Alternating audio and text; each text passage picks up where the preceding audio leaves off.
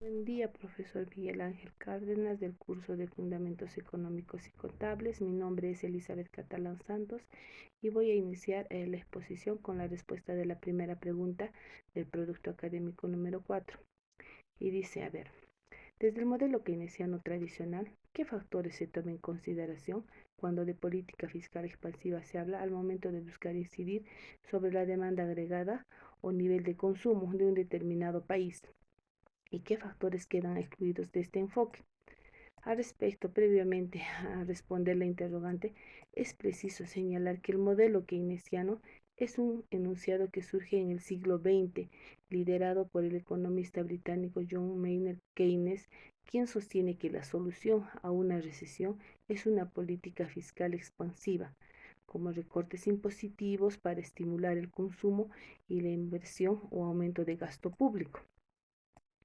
Así también precisa que para activar la producción y el comercio, el dinero es útil y que el interés es el precio que se paga por ello.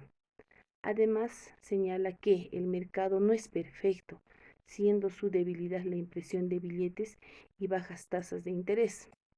En consecuencia, precisa que para solucionar una crisis hay que aplicar una medida de que nos conduzca hacia lo que Keynes denomina el pleno empleo, resaltando que las bondades que para poder solucionar un problema de consumo es que se desagrega este en política fiscal y política monetaria. Pero gran crítica de todo este modelo es que no sirve a largo plazo.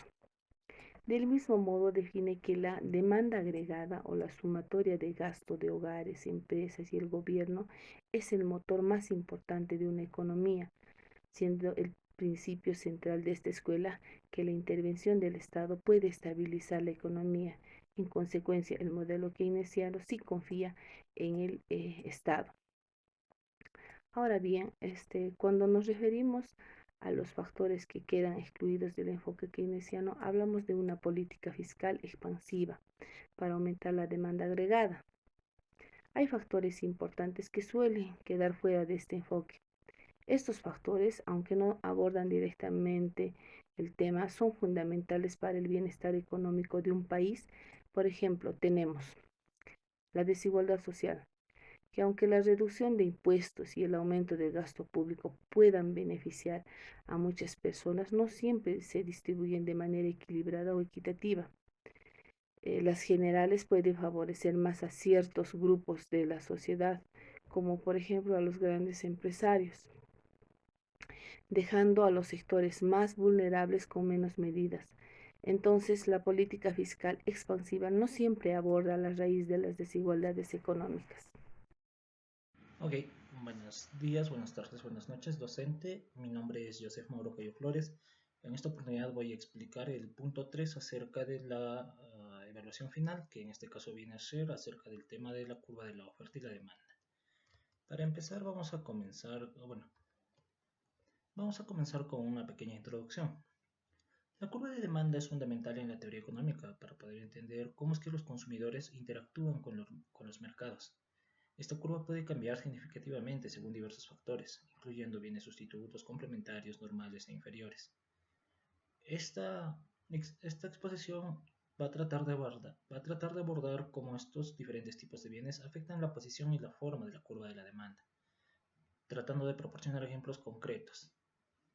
Bien, comenzamos con los bienes sustitutos y complementarios. En este caso, los bienes sustitutos son aquellos que pueden ser reemplazados por otros bienes que satisfagan la misma necesidad del consumidor. Como ejemplo concreto podemos poner el caso de los combustibles, la gasolina y el diésel.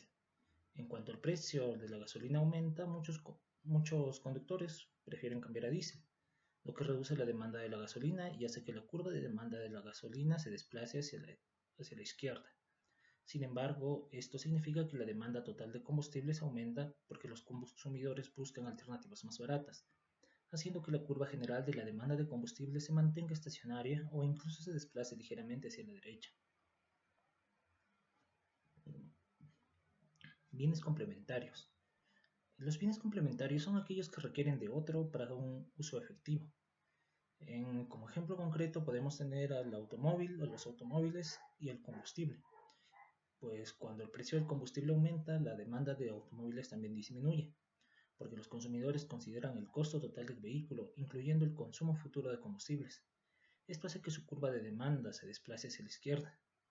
Por ejemplo, un gran aumento en el precio de la gasolina puede hacer que menos personas decidan comprar coches nuevos, hasta que el precio vuelva a niveles más bajos, afectando directamente las ventas de automóviles. Respecto a bienes normales e inferiores, el bien normal es uno cuya demanda aumenta cuando suben los ingresos del consumidor.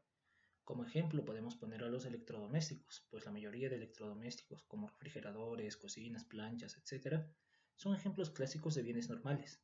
A medida que una familia tiene mayores ingresos, puede permitirse comprar más de estas unidades, sin importarles demasiado el precio, debido a su elasticidad positiva con respecto a sus ingresos. Esto significa que cada vez que hay un aumento significativo en los ingresos generales, la curva de demanda de estos productos tiende a expandirse hacia la derecha, ya que más familias pueden acceder a ellos.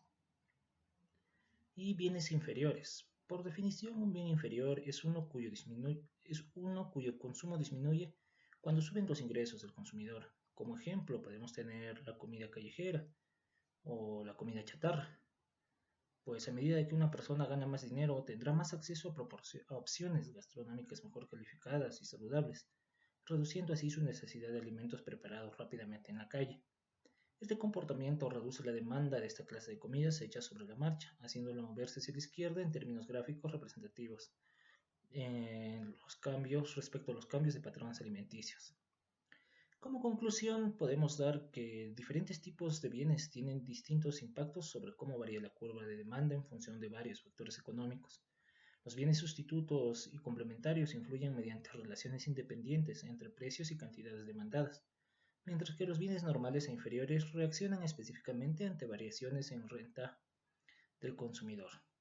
Graficar estas situaciones nos permite visualizar claramente cómo cambian las posiciones relativas dentro del mercado, basándose en supuestos hipotéticos establecidos para facilitar la comprensión práctica aplicable tanto en teoría como empíricamente.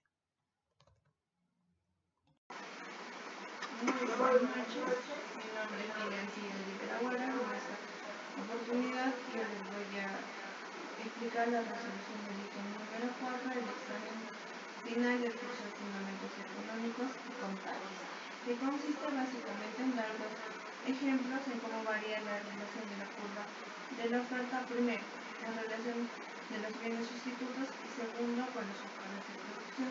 Eso también implica graficar. La curva de la oferta representa la relación que existe entre un precio del bien y la cantidad ofrecida por los productores. Cuando haya cambios en los factores que afecten la curva de la oferta, la curva se va a desplazar o hacia la derecha aumentando la oferta o hacia la izquierda generando la disminución de la oferta. Para los bienes sustitutos, poner como ejemplo la cerveza y la sidra. Mi supuesto es de que el precio de la cerveza aumentase significativamente. Como resultado, muchos consumidores van a optar por la sidra, que este es un bien sustituto de la cerveza. Nuestro efecto de la curva vamos a obtener que los productores de la sidra, al anticipar un aumento en la demanda, podrían producir más. Sin embargo, si los costos de la producción de la sidra también aumentase, la oferta de la sidra podría contraerse, desplazando la curva hacia la izquierda, generando una disminución, es lo que vamos a ver. Cuando el precio sea 5, 10, 15 y 20, vamos a ver que la cantidad ofrecida inicial de la sidra va a ser 100, 200, 300 y 400.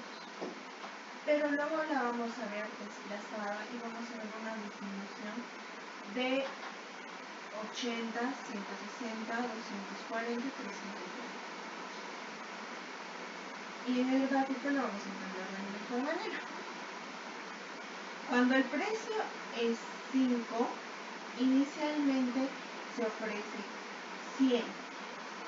Cuando el precio es 10, inicialmente vemos que se ofrece 200. Cuando el precio es 15, se ofrece 300.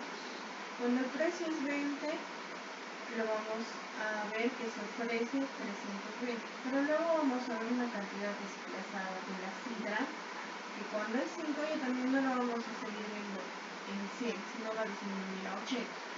Cuando es 10 lo vamos a ver disminuido a 160. Cuando es 15 lo vamos a ver disminuido a 240. Cuando es 20 lo vamos a ver disminuido a 300. Entonces, aquí podemos determinar que si la curva de la oferta inicial muestra la relación que existe entre el precio de la sidra y la cantidad que los productores están dispuestos a ofrecer, a medida que el precio aumenta, la cantidad ofrecida también debería de aumentar. Esto es lo que generalmente se espera cuando la curva es de tipo. Pero en la curva desplazada se observa hacia la izquierda representa una contracción en la oferta de la sidra.